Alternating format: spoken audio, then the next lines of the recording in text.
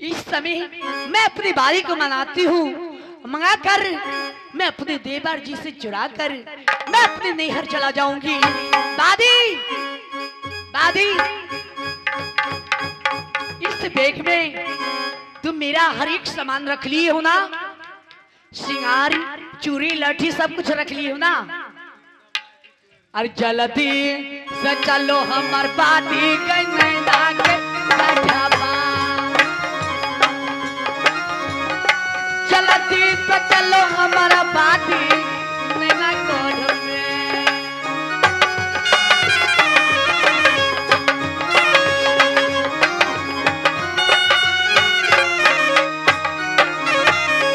क्या जल्दी से चला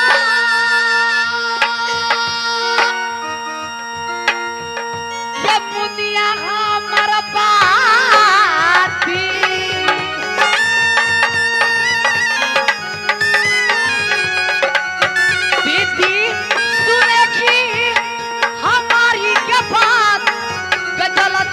चला बाटी शहर नैना में।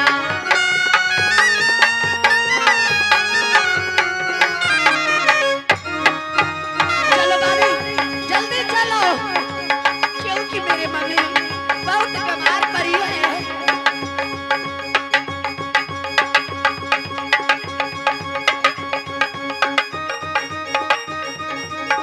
चलो बाबी जल्दी चलो, लेट हो जाएगी।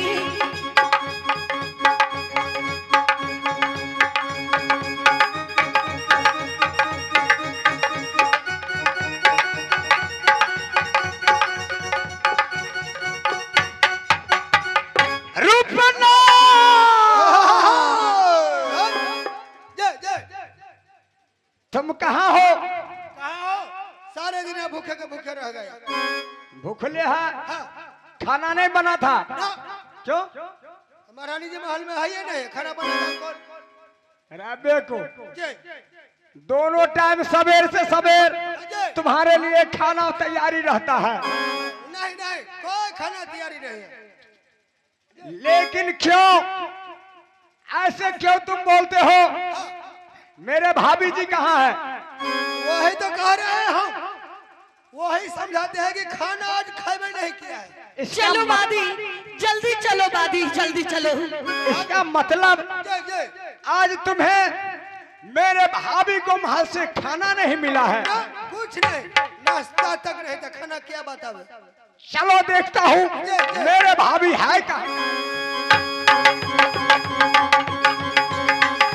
चलो दादी जल्दी चलो।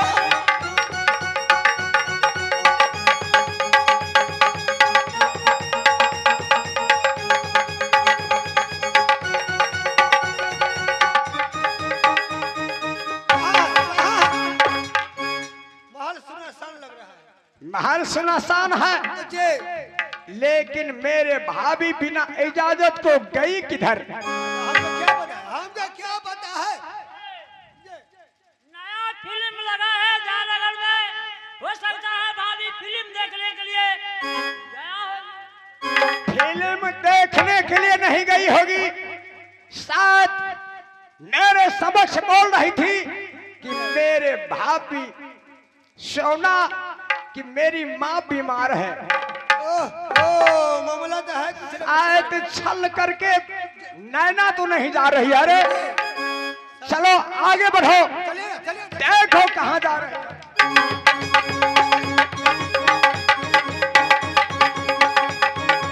चलो भाभी जल्दी चलो, लेट हो रही है।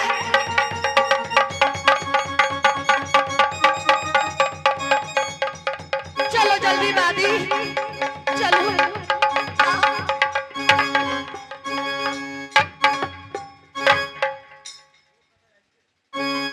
हम समझावे छी अहाँ के, ये भरचुई दिमाग नहीं है।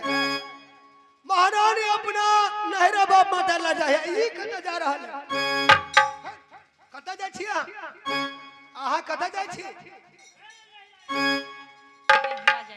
नहरा यहाँ के कत है, कहो तो? जयनगर। गे भर छुई वो कर नहीं रहा है नहीं ना तोहर नहीं रहा नरबलगढ़ में तो कथी करे जा छोड़ चलो ओकरा जरे नहीं जाओ ओकरा बात में नहीं रहो पुरानी में ना ना वाली देवर जी, कहाँ जा रही हो? देवर जी, मैं माँ को देखने जा रही हूँ। पगली, मैंने तुमको बार बार चेतावनी देता हूँ, तुम नहीं जाओ, क्योंकि कोई लेने के लिए नहीं आया, ना कोई खात, ना कोई चिट्ठी। तुम सपना देख करके भागी जा रही हो। जाने दीजिए ना। दुनिया संसार में क्या कहेगा लोग? डाकू उदय चंद्राय महब्बा निवासी को बड़े भाभी सोना पांव पैदल जा रही है। सपना रे सपन देवर जी, मुझे जाने दीजिए ना। पगली, तुम नहीं जाओ, जाओ तुम अपने महल में चली जाओ, आराम करना। ठीक है देवर जी, मैं नहीं जाऊंगी देवर जी, नहीं जाओ नहीं जाऊंगी देवर जी मैं।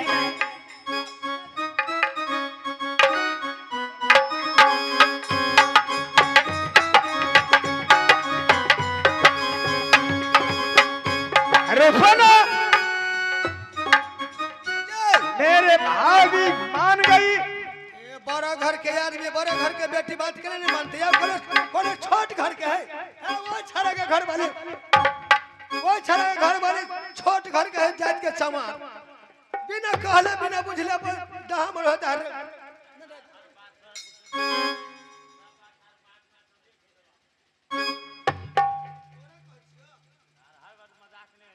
मजाक वाला बात है ये होय है रे छोट घर के लड़की छोटे बुझ रहे है।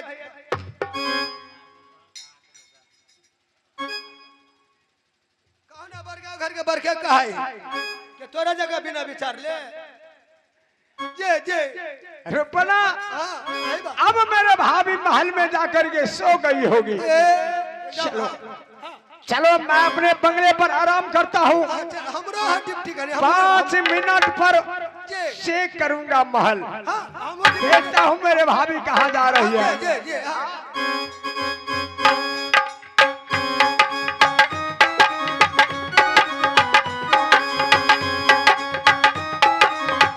दादी, क्योंकि देवर जी बीच में आकर बहुत ही गलती करते हैं। दादी जल्दी चलो दादी, अब की है जालती साई चलियो बखरिया गई होई बाई मैना में जलती साई चलियो बादिया।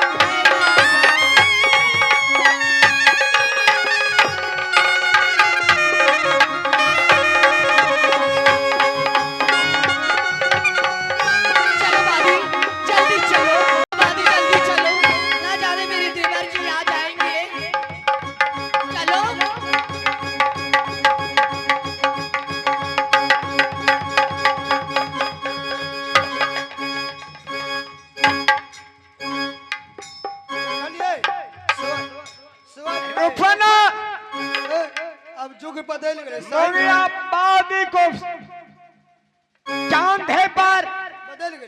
हाँ हाँ जेवर की पेटार लेकर के भागी जा रही है। जेवर वाली पेटार छीन लो, इसको बाद भाभी सोना से बातें करूंगा। भाभी जी, देवर जी, बार बार चेतावनी दे रहा हूं, मेरे बात को नहीं मानती हो। कहाँ चली? देवर जी, मैं अपने नैहर जा रही हूँ।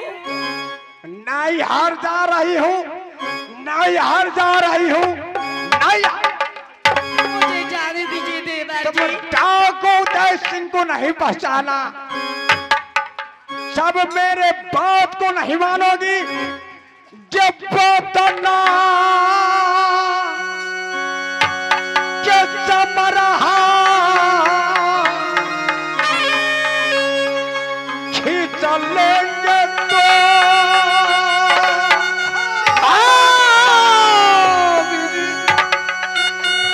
ये कौन बचाएगा भाव मेरे हाथों।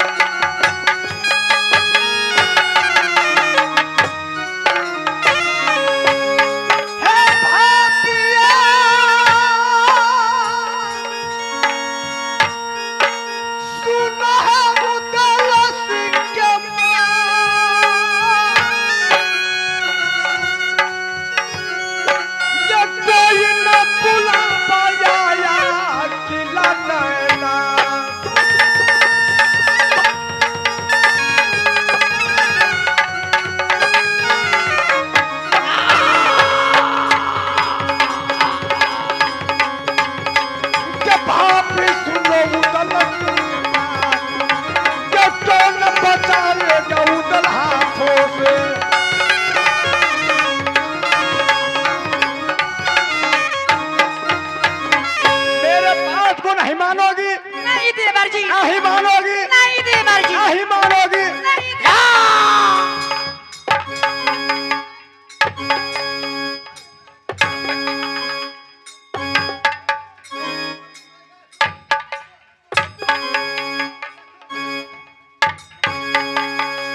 कतिला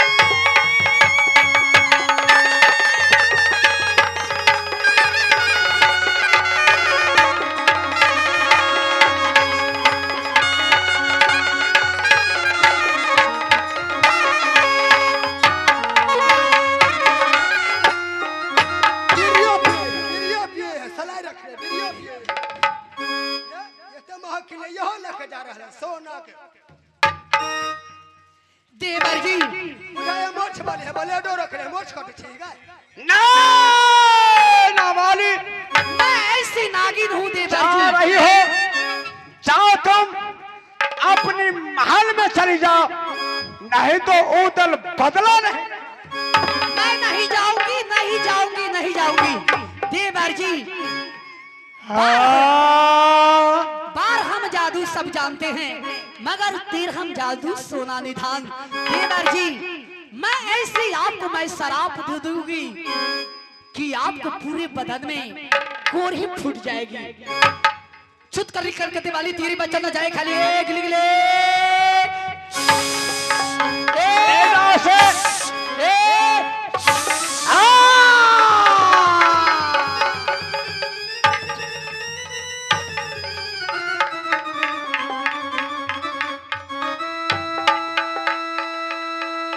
और तुम मेरे बादी को बहुत तुम बदमाशी किए हो। मार बने मैं तुमको मैं कुत्ता बना देती हूँ, कुत्ता बनाऊंगी। छिटकली करकते वाली तेरी बच्चा तो जाए खाली गिली ले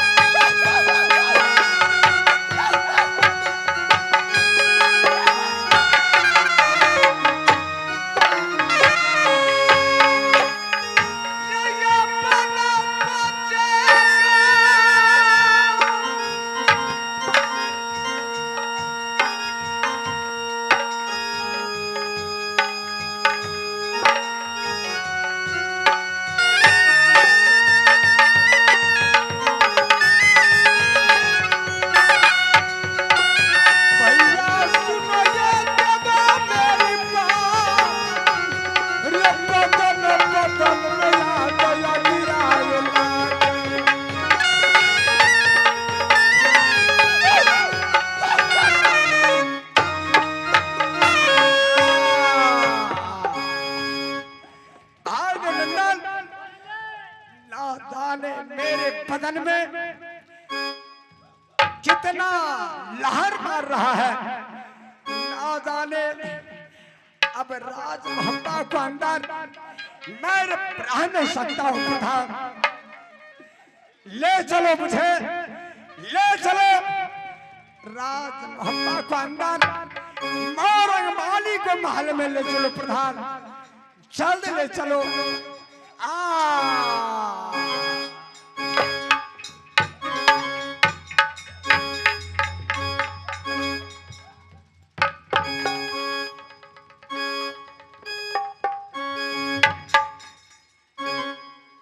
बिना विचारे जो करे सो पीछे पछताए, आंत बिगाड़े बेसिया दर दर ठोकर खाए।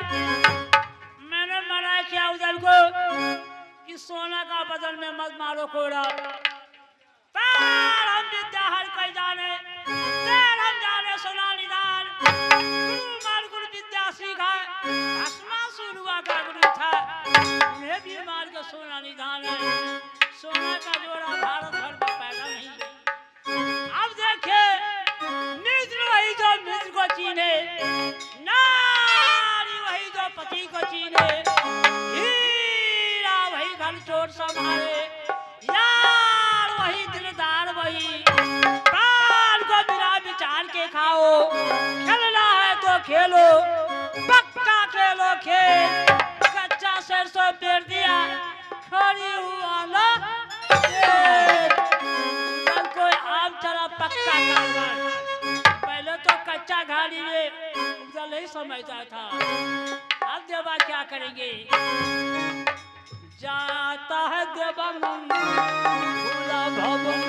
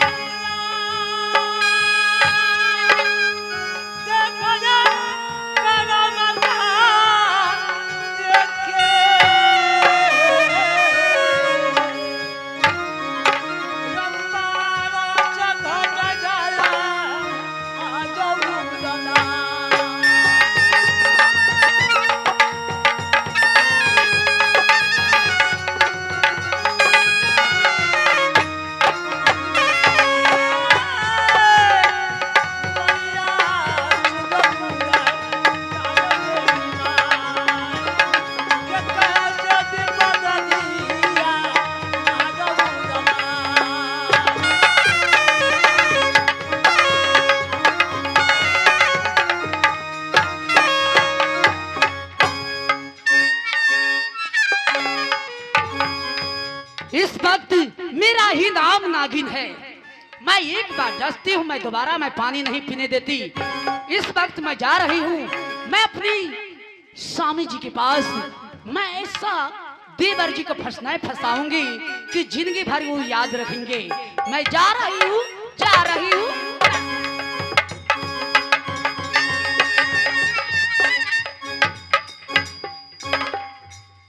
इस समय मैं क्या देख रही हूँ, ये तो मेरी महल में बहुत उदासी दे रही है। अब बहुत ये उदासी के दिन ये महलया। बहुत उदासी के दिन सारी महल।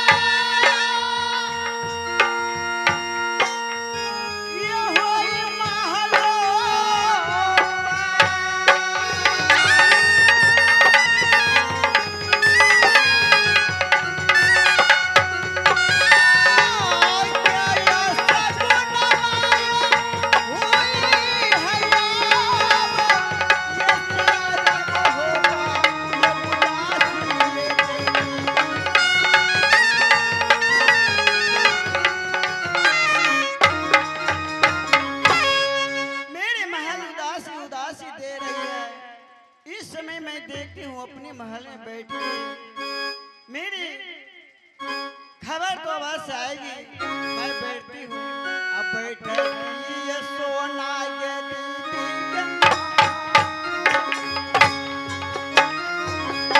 बैठती हर भूला पाए अपने महल।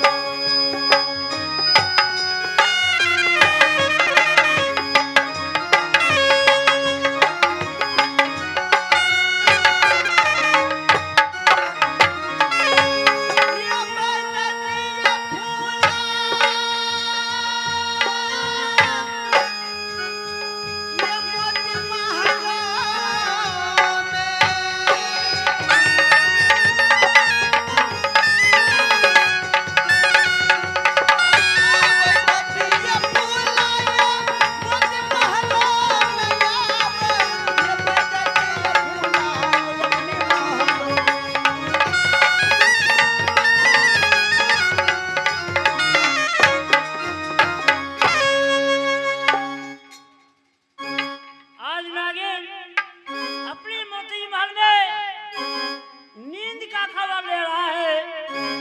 इनको कोई खबर नहीं है कि दुनिया के अंदर में क्या हो रहा है। कुमरा सूते नीचे मिट्टी ले जाए चोर, नागिन फूला सूते नीचे खबर न पाए और मैं जगाता हूँ।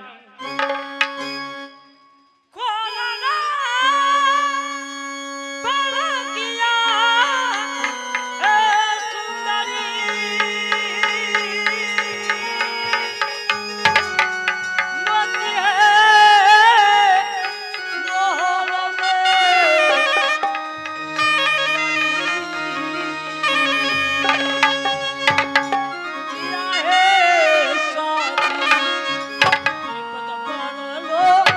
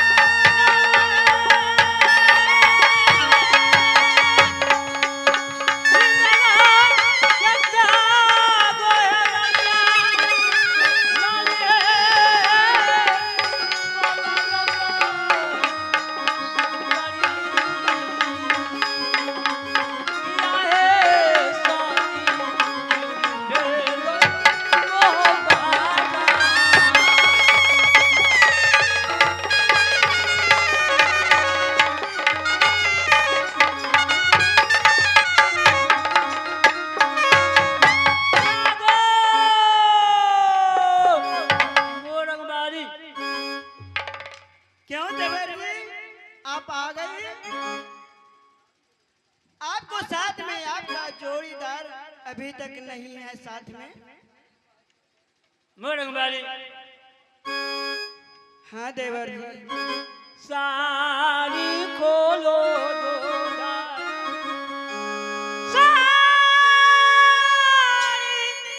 खोलो दो दारी की चोली खोलो अब बुढ़ार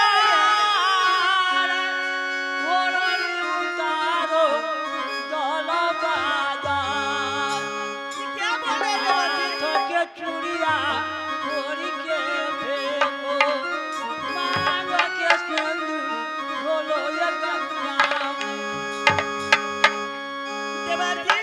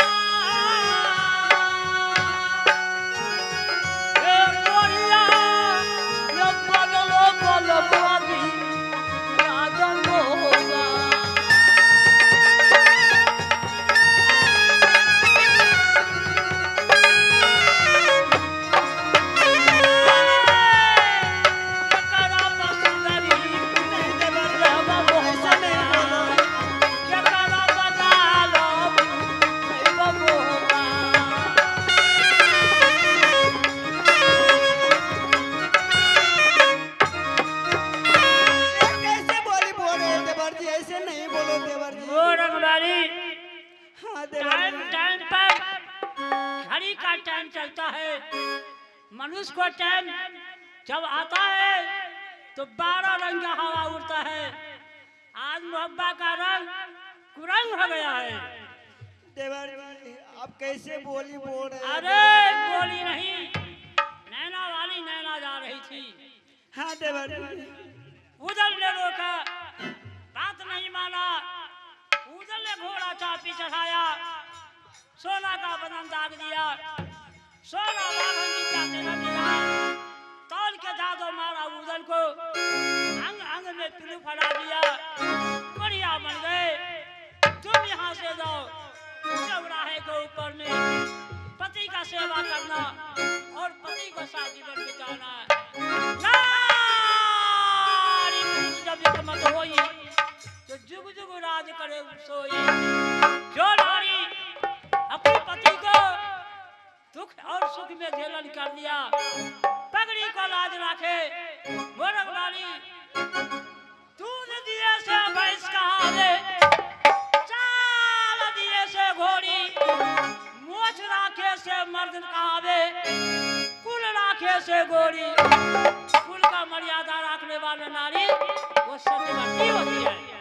इसी प्रकार तू पतिव्रता नारी हो तो अपने पति का सेवा करने के लिए तैयार हो जाओ। मैं चला जाता हूं। ठीक है देवर जी चलो।